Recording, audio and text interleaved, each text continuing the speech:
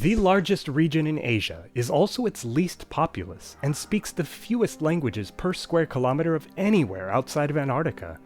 Maybe you think its very name just sounds cold, remote, bleak. But did you fail to consider that here is home to fuzzy bears and a rich linguistic history? Today we meet, many of us for the very first time, the languages of Siberia.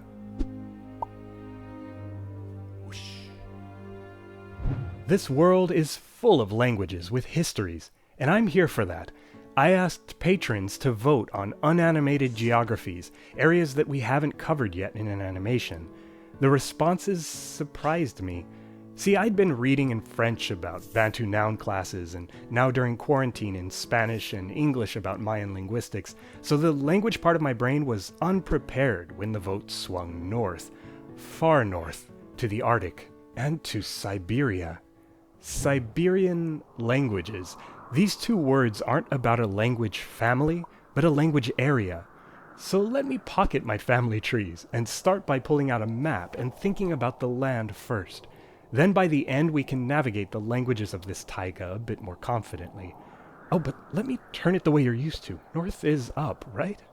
So what on here counts as Siberia? Well, it's fuzzy. Not just its bears, its borders. Today's lines on maps tell me this vast area is in Russia, north of Kazakhstan, Mongolia, and China. Along the edges are also Korea, Japan, and Alaska. The Ural Mountains draw a line at the western edge of Siberia. All the rest is bounded by ocean. Which ocean? Well, the one to the east, and the other one to the north. But not all Siberia's water is salty. For many peoples of Siberia, life is lived along a river, including the Ob, the Yenisei, the Lena, the Amur, and the Kolyma. Let's fill in the map even more. The Lake Baikal to the north of Mongolia, the mountainous East Siberian system, all the way to Chukotka, and down to the tall active volcanoes of the Kamchatka Peninsula. The biome is largely taiga with low precipitation. Of course, it has a reputation for cold, and on that front winters do not disappoint, but summer might. Siberia is about extremes. There are towns here that sink well below freezing for 5 months, but then in summer days are up in the 20s or 70s Fahrenheit, winning it the award for biggest cold to warm swings on the planet. Here's another extreme. It's extremely sparsely populated, especially if you wander away from its southern edge.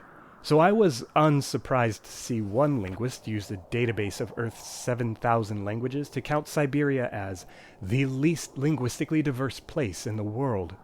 Nonetheless, despite first impressions, there is actually a lot of talk to talk about here. Siberia is home to some 40 languages from about 10 language families, hardly a linguistic wasteland. Now there's an old and messy distinction based on which families originate or have homelands inside versus outside of Siberia. We'll start with the larger external families and travel roughly west to east. First, Indo-European, from the Slavic branch. You hear Russian throughout. Now, я плохо говорю по-русски, but I can tell if you wanted to start reading about this area, consider brushing up on your Russian. Siberia is outside the 3 historical dialect areas of Russian, which all evolved out west before expanding.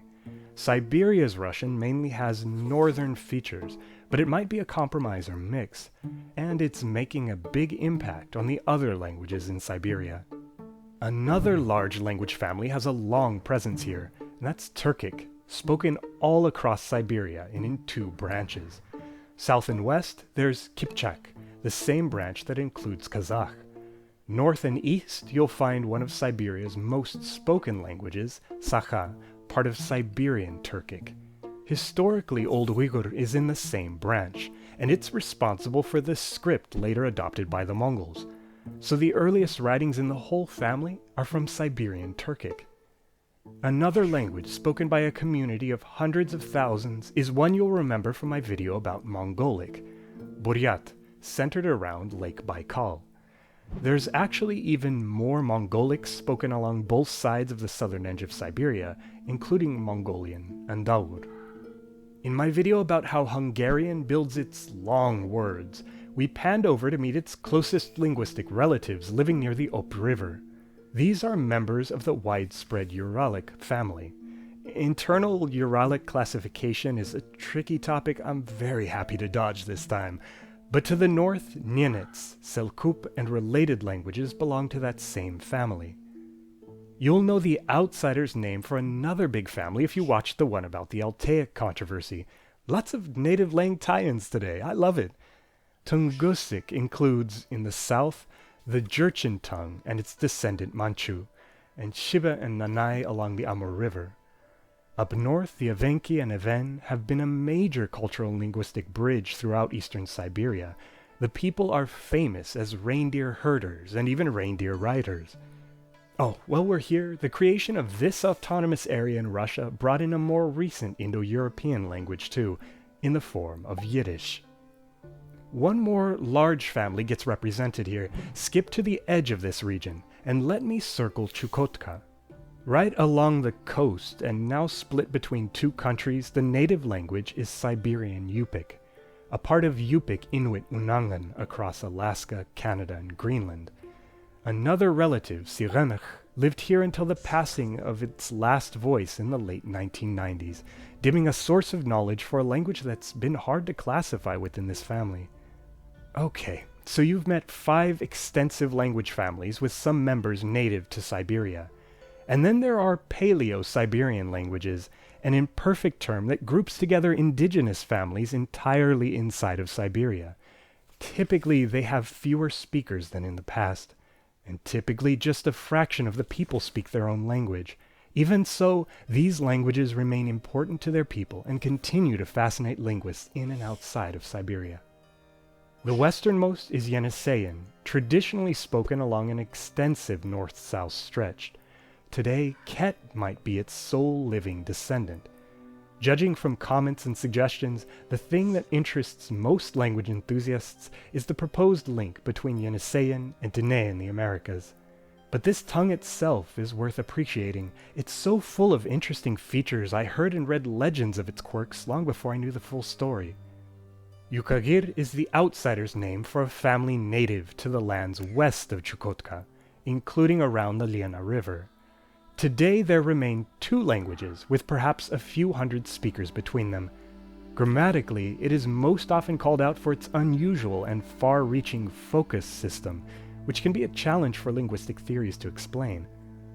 Nivkh is a range of dialects from the Amur River to Sakhalin. They undergo initial mutations, somewhat similar to Celtic languages like Welsh and Irish. Now, the Wikipedia article tells you their vowels are oddly lopsided and gappy. However, this expert disagrees. No, Nivkh vowels form a typical triangle. Consolation though, it's one of the rare tongues where you have to tell a voiced trill rr, apart from a voiceless trill rr. But their most striking feature might be their numbers, which are actually counting words that sort nouns into many, many classes. That brings us right back to the edge. Native to the whole northeastern reaches of this land, east across the peninsula to the Bering Sea, south to the Kuril Islands, is a family linguists labeled Chukotka-Kamchatkan. And I want to hear you repeat that 5 times. Here's something unique from called Chukchi by outsiders. A basic noun has a reduplicated stem, while plurals and other cases use a simple stem. Yes, so a grammatical switcheroo. More basic is more complex. And just south at the edges there's another NativLang tie-in. The story of Ainu told last time, a language today associated with Japan, and also traditionally native to Siberia. We can keep going, there's so much more to share, from the interactions at the edges to language nerdier questions like, do we have evidence for Siberia as a unique language area? Is there a Siberian type language? But time is getting away, and animating extra minutes takes nearly as long as a Siberian winter. For now we part with a better understanding of this remote but hardly linguistically desolate part of the world, its people and its languages. I hope you are well and stay well. Stick around and subscribe for language.